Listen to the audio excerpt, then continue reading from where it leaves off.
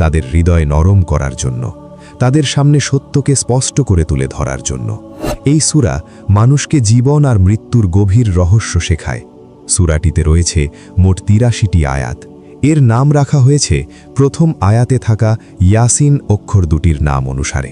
এই সূরার মূল বিষয়গুলো হল মানুষের নৈতিক দায়িত্ব, ওহীর বাস্তবতা, আন্তাকিয়ার জনগণের কাছে প্রেরিত নবীদের কাহিনী, আল্লাহর একত্ব ও ক্ষমতার নিদর্শন, মৃত্যুর পর পুনরুত্থান, কিয়ামতের দিন ও শাস্তির বাস্তবতা।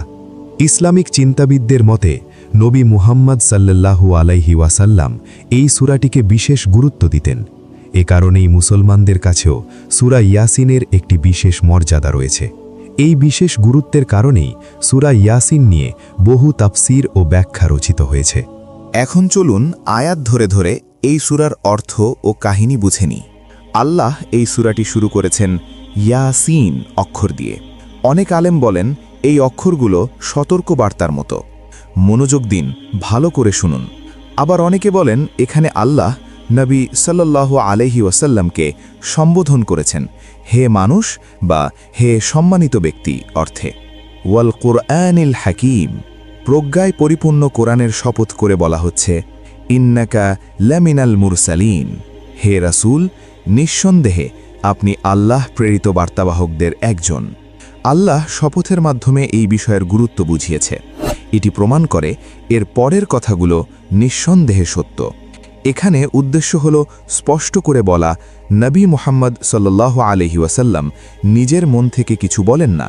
তিনি আল্লাহ পক্ষ থেকে প্রেরিত একজন সত্য নবী। তিনি যে পথ দেখান সেটি একমাত্র সরল ও সঠিক পথ। কিন্তু একটি প্রশ্ন আসতে পারে, আল্লাহ কেন নিজের কিতাবের শপথ করেন? কেনই বা তিনি নিজেকে হাকিম বলে শপথ করেন? অবিশ্বাসীর কেউ কেউ এমনও বলেছে যে সৃষ্টিকর্তা কেন শপথ করবেন? এর পেছনে রয়েছে একটি গুরুত্বপূর্ণ বিষয়। কোরআন মানুষের সঙ্গে কথা বলার জন্যই নাজিল হয়েছে।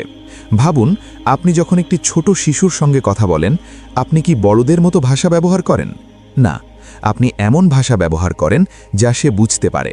এতে আপনার মর্যাদা কমে যায় না, বরং এটি সঠিক যোগাযোগের একটি উপায়।